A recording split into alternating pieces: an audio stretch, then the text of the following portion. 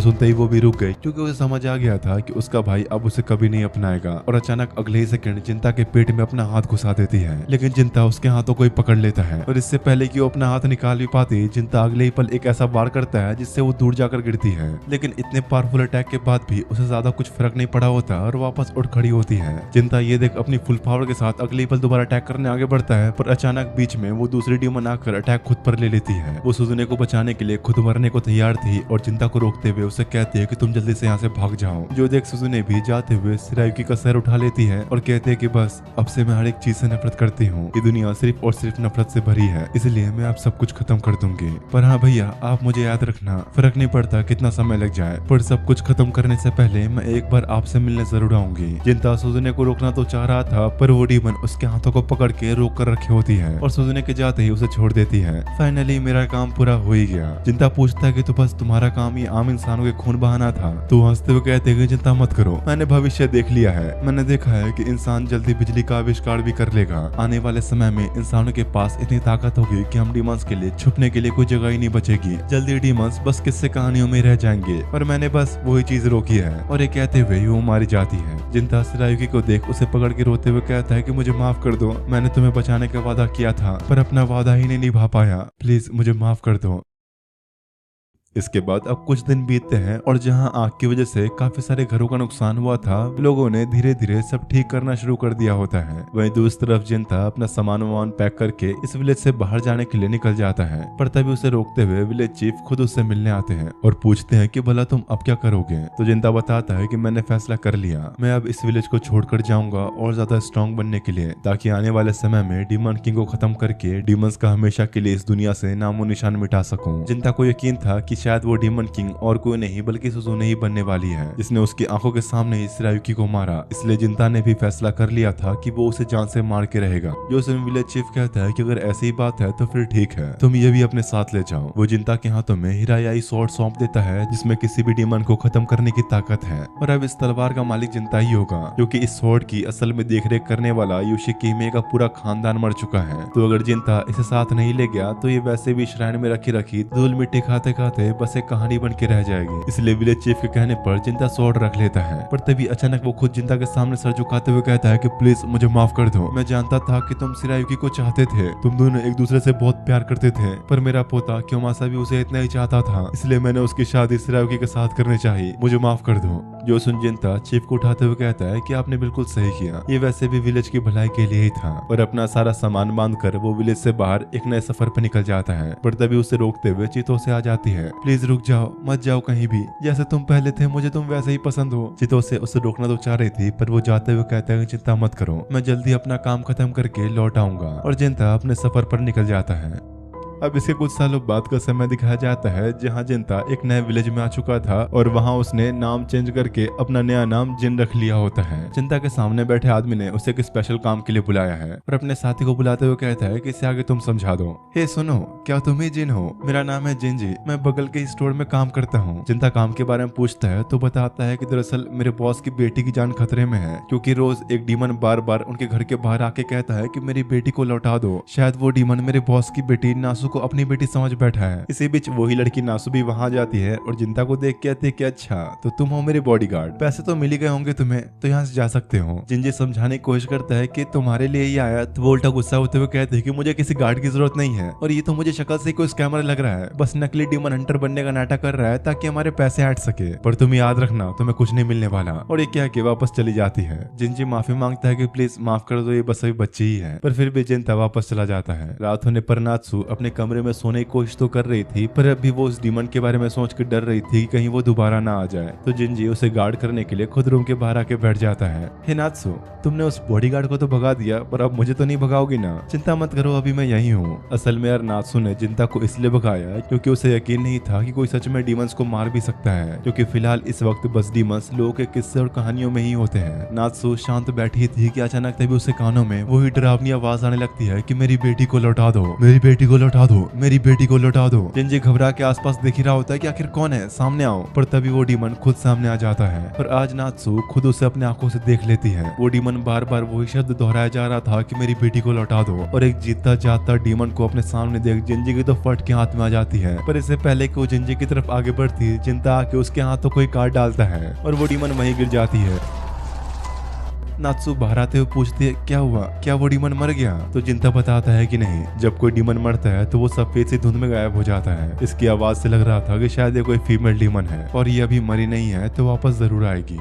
अगली सुबह जिंजी जिंता को नाश्ता कराने के लिए लाया होता है और उससे रिक्वेस्ट करता है कि अगर अभी तक वो डीमन नहीं मरा तो फिर क्या आप आज रात भी यहाँ रुक सकते हो? तो जिंता कहता है कि ठीक है, पर जरा तुम पहले मुझे नात्सु के बारे में बताओ। वो डीमन बार बार उसे अपनी बेटी कहकर क्यों पुकार रही थी? और अब यहाँ पर जिंता को मेन बात समझ में आती है, क्योंकि नात्सु असल में उसके बॉस की बेटी है ही नहीं। काफी सालों पहले उन्होंने नात्सु को अडॉप्ट किया था। असल में हुआ ये था कि बॉस की बीवी को एक डीमन ने मार दिया था और तो और उसका बेटा भी घर छोड़ के कहीं भाग गया जो अब तक नहीं लौटा। यानी कि एक तरह से उसने अपना परिवार खो दिया। यही वजह थी कि उसने एक बेटी को अडॉप्ट करने का फैसला किया ताकि कम से कम वो थोड़ी खुशहाल जिंदगी जी सके। इधर अब रात में नात्सु अपने फादर के साथ बैठ के डिनर कर रही होती है, जहां वो उससे पूछते हैं कि तो फिर तुम्हें तुम्हारा नया बॉडीगार्ड कैसा लगा? तो नात्सु बताते हैं कि हाँ, वो इतना ही बुरा नहीं है, शायद वो मेरा ख्याल रख सकता है। आपका शुक्रिया मेरी इतनी फिक्र करने के लिए। नात्सु सोने जाती है तो उसे आज बिल्कुल भी डर नहीं लग रहा होता, क्योंकि बाहर गार्ड करने के लिए आज जिंजी के साथ साथ जिंता भी आया होता है। वो बाहर दरवाजा खुलकर उन्हें देख रही थी तो जिंता बॉस के बेटे के बारे में उसे पूछते कि आखिर वो अब कहाँ है? तो नात्सु कहती कि मैं तुम्हें क्यों बताऊं, अपने काम से काम रखो। वैसे क्या ये डीमंस हम इंसानों की वजह से बनते हैं? तो जिंता कहता है कि हाँ, बस कुछ कंडीशंस में। वैसे तो एक डीमन तभी पैदा होता है जब दो डीमन एक साथ आ जाएं, पर कभी कभी ऐसा भी हो सकता है कि डीमंस नेगेटिव इमोशंस की वजह से पैदा हो जाएं, जैसे कि गुस्सा, जलन और किसी को मारने की इच्छा। वो लोग बातें कर रहे होते हैं कि तभी वो डीमन दोबारा सामने आ जाती है और वापस जोर जोर से चिल्लाना शुरू हो गई कि मेरी बेटी मुझे वापस करो। जिंता बिना समय गवाए अपने कुछ छोटे मोटे अटैक से ही डीमन को जमीन पर पटक देता है। जिंता बड़े आसानी से उसे कंट्रोल कर पा रहा था, क्योंकि ये डीमन न ही ज्यादा समझदार था और न ही जरा भी ताकतवर। इसलिए उन लोगों से पूछता है तो बताओ, क्या मुझे इसे मार देना चाहिए? इस पर दोनों चिल्लाते हुए कहते हैं कि हाँ, इसे मार दो, इंतजार किस बात का है? लेकिन असल में यार बात ये थी कि ये डीमन नात्सु के नेगेटिव इमोशन से ही बना है, इसलिए अगर जिंता ने अभी इसे मार भी दिया तो ये वापस लौट आएगा।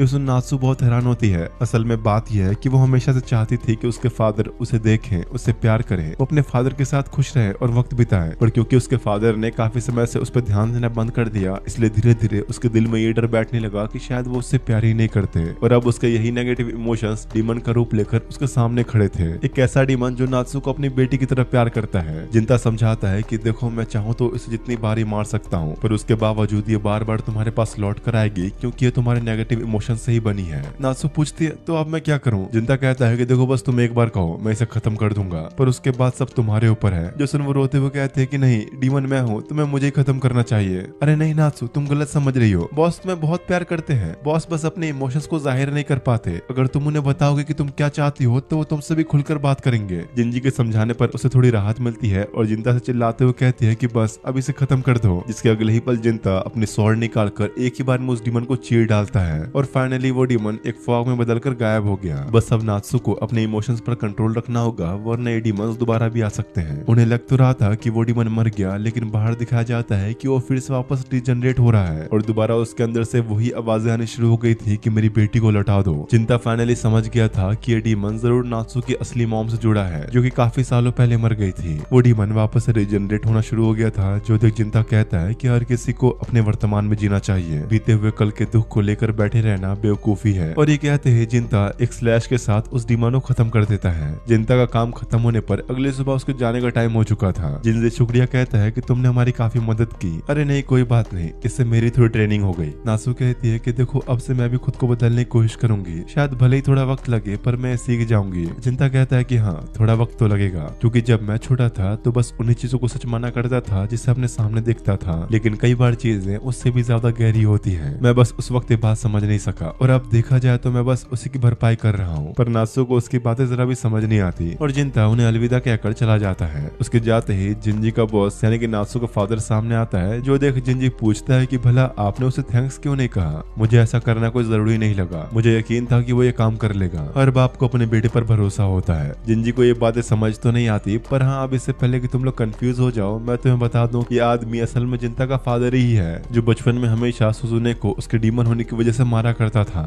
दूसरी तरफ जिंता एक नए विलेज में एंटर करते हुए पेड़ से कुछ लाल पत्तियों गिरते हुए देख रहा होता है और सोच रहा होता है कि एक और साल बीत गया, पर मैं अब तक अपने गोल के जरा भी नजदीक नहीं पहुंच पाया। पर वो फिर भी खुश था कि अपनी जिंदगी के इस सफर में वो काफी कुछ सीख पाया, इसलिए अब कितना भी समय लग जाए वो हार नहीं मानना चाहता और अपने सफर पर आगे बढ़ जाता है।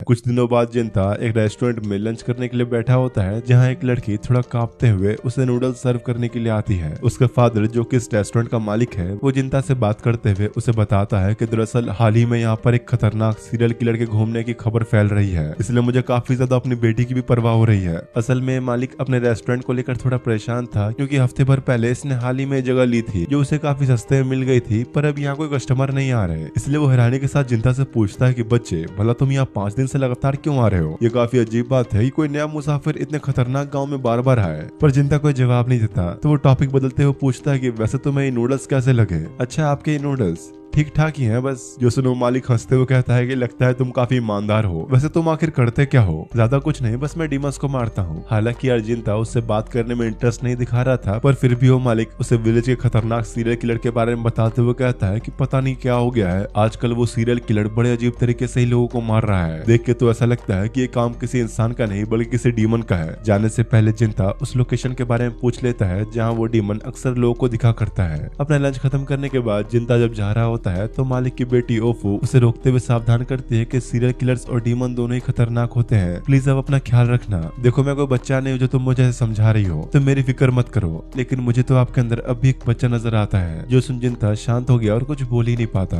और रात होते ही वो उसी लोकेशन पर, जो कि एक ब्रिज था, वहाँ खड़ा उसका इंतजार कर रहा होता है। पर काफी देर तक किसी के ना आने पर वो वापस जा ही रहा था कि तभी एक औरत की बहुत तेज चिल्लाने की आवाज आती है। जिंता अब जब तेजी से भागते हुए वहाँ पहुंचा तो देखता है कि यहाँ पर काफी सारे लाशें बिछी हुई हैं। उनका जमीन पर पड़ा खून ये साफ दिखा रहा था कि उन्हें कितनी बेरहमी से मारा गया है। जिंता समझ जाता है कि ये किसी सीरियल किलर का मामला है ही नहीं, ये जरूर किसी डीमन का काम है। उसने जब लाशों को ध्यान से देखा तो यहाँ पर कोई औरत थी ही नहीं, इसलिए वो थोड़ा हैरान था, क्योंकि थोड़ी देर पहले तो उसने एक औरत की चीख सुनी थी, लेकिन अगले ही पल कहीं से उस पर एक अटैक हो गया। अब इससे पहले कि जिंता कुछ समझ पाता, उस पर एक और अटैक होने ही वाला था कि तभी अपने शॉट से रोक लेता है। लेकिन हैरानी की बात तो ये थी कि जब वो आसपास देखता है तो यहाँ पर कोई भी नहीं होता, पर अब भी उस पर एक के बाद एक हमले हो रहे होते हैं। जो देख जिंता समझ गया कि जरूर ये काम किसी डीमन का है, शायद उसके पास इनविजिबल होने की पावर है। इसलिए अब जिंता भी सीरियस होते हुए अपनी डिमोनिक पावर एक्टिवेट करता है, और जैसे ही वो डीमन उसकी तरफ अटैक करने के लिए आगे बढ़ी, जिंता पूरी ताकत से पलटवार करता है, जिसके अगले ही पल उस डीमन की तलवार भी टूट गई और काफी हद तक वो घायल भी हो चुका था।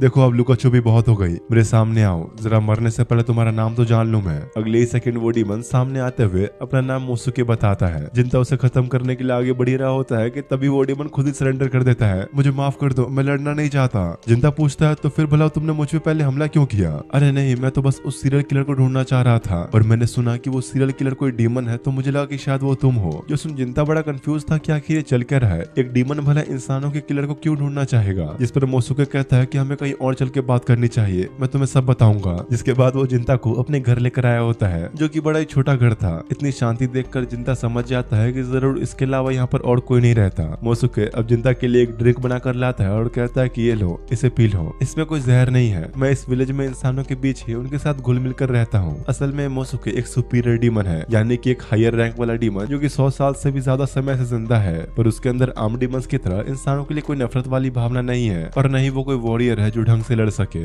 जिंता कहता है कि हाँ सही कहा, तुम्हें देखकर नहीं लगता कि तुम एक किलर हो। मोसुके बताता है कि अब तक जितने भी लोग इस विलेज से गायब होना शुरू हुए हैं, उनमें से ज्यादातर की लाशें तो अब तक मिली ही नहीं है। जितने भी आदमी मरे उनकी लाशें तो ऑन द स्पॉट मिल गई हैं, पर जो भी औरतें हैं वो अब तक मिली ही नहीं। जरूर उनका किडनैप हुआ है। दरअसल मेरी वाइफ मेरे डीमन होने के बारे में अच्छे से जानती थी, लेकिन उसने फिर भी मुझसे प्यार किया। वो मेरे लिए सब कुछ थी, पर 1 महीने पहले उसे किडनैप कर लिया गया, और करीब 10 दिन पहले लोगों को उसकी लाशें नदी किनारे मिली। मोसुके रोते हुए कहता है कि उस बेरहम किलर को मैं जिंदा नहीं छोड़ने वाला, मैं उसे खत्म करके रहूंगा। जिंता कहता है कि देखो मैं तुम्हारा दर्द समझ गया, पर ये तुम्हारा काम नहीं है, उस डीमन को मैं खुद मारूंगा। मोसुके कहता है है कि मैं उसे ढूंढने में हेल्प कर सकता हूँ, बस आखिरी बार तुम मुझे करने देना। जिंता को उसकी आंखों में साफ बदली का वो गुस्सा दिख रहा था, इसलिए आखिर में वो मान ही जाता है। जिसके बाद अगली सुबह दोनों अलग अलग होकर उस सीरियल किलर के बारे में जानकारी इकट्ठा करने की कोशिश कर रहे होते हैं, पर कई घंटों तक ढूंढने के बाद भी उन्हें कुछ भी नहीं मिलता। रात में बैठकर जब दोनों थोड़ा पी भी रहे होते हैं तो मोसुके पूछता है कि आखिर तुम डीमन को मारते क्यों हो, बस पैसों के लिए और कुछ नहीं। तो मोसुके कहता है कि नहीं, तुम्हें देख के लगता है कि तुम पैसों के लिए सिर्फ किसी की जान लोगे, तुम्हारे पास जरूर कोई और वजह है। तो जिंता बता देता है कि हाँ, एक डीमन है जिसे मैं हर हाल में खत्म करना चाहता हूँ। मैं पहले एक इंसान ही था, पर जैसे ही उस डीमन ने मेरी आंखों के सामने मेरे प्यार को ही मार डाला तो उसकी नफरत और गुस्से ने मुझे भी एक डीमन बना दिया। अब फैसला तब होगा जब मैं उसका सामना करूंगा।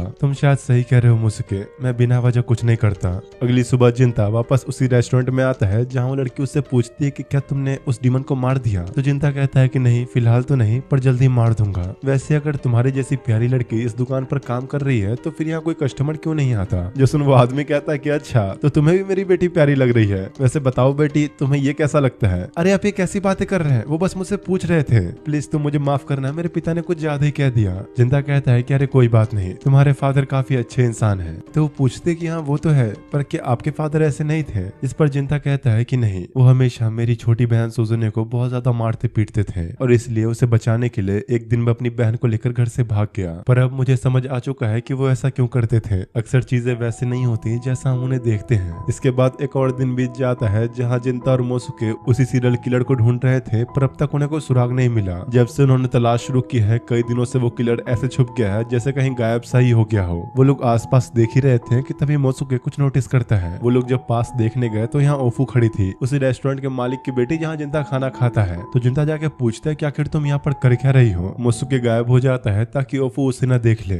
जिंता के पूछने पर वो कहते हैं कि मैं तो बस यहाँ कुछ खूबसूरत फूलों को देख रही थी। इनका नाम स्नो पीडो है, जो चेरी ब्लॉसम से काफी सिमिलर होते हैं। ये भले ही चेरी ब्लॉसम जैसे नहीं होते, पर फिर भी बहुत खूबसूरत होते हैं। इन्हें खिलते देखना मुझे बहुत पसंद है, इसलिए मैं कभी कभी यहाँ जाया करती हूँ। तो जिंता कहता है कि हाँ वो तो है, फिलहाल तुम्हारे फादर इंतजार कर रहे होंगे, चलो यहाँ चलते हैं। तभी आगे ओफू को कुछ और खूबसूरत फूल दिखते हैं, जिन्हें जिंता को दिखाते हुए वो बताती है कि इन फूलों का नाम है विंडन टैफनी। ये काफी रेयर ही देखने को मिलता है क्योंकि ये सिर्फ सर्दियों में खिलते हैं। रास्ते में चलते हुए जिंता और ओफू के बीच में कई सारी बातें होने लगती है और दोनों एक दूसरे के साथ काफी कंफर्टेबल भी हो गए होते हैं। जिंता जब उसे घर तक लाकर छोड़ देता है तो वो उसे कहते हैं कि प्लीज मेरे पापा को मत बताना कि मैं तुम्हारे साथ थी, मेरे साथ आने के लिए तुम्हारा शुक्रिया। जैसे ही ओफू अंदर जाती है, मोसुके सामने आ जाता है जो कि कब से उन दोनों का पीछा कर रहा था। अगली रात दोबारा वो लोग ब्रिज पर आके उसी किलर का वेट कर रहे होते हैं जहाँ मोसुके ने आज कुछ ज्यादा ही पी रखी थी। तभी उनके बगल में से एक लड़की गुजर रही होती है और अचानक ही अगले पल मोसुके पर कहीं से अटैक हो जाता है। ये देखते ही वो लड़की डर के मारे वहीं पर बैठ जाती है क्योंकि अब वो ही डीमन जो असली सीरियल किलर है वो सामने आ चुका था। इससे पहले कि जिंता रेडी हो पाता वो डीमन उस पर कूद जाता है, पर इसके बावजूद जिंता किसी तरह उसे रोक लेता है और उस लड़की से कहता है कि बस अब हिलना मत, वहीं बैठी रहो। जिसके बाद जिंता खुद को संभालते हुए उस डीमन से लड़ना शुरू कर देता है, पर वो डीमन चालाकी से मौका देखते हुए जिंता को धकेलते हुए उस लड़की को मारने के लिए आगे बढ़ ही रहा था कि तभी कोई उसे बचा लेता है, जो और कोई नहीं बल्कि मोसुके ही था। जिंता दोबारा से उस डीमन पर कुछ अटैक्स करने के लिए आगे बढ़ता है, पर अगले ही पल वो बड़ी तेजी से गायब ही हो गया। मोसुके कहता है कि शायद मुझे उसके पीछे जाना चाहिए, मैं उसे ढूंढ सकता हूँ। और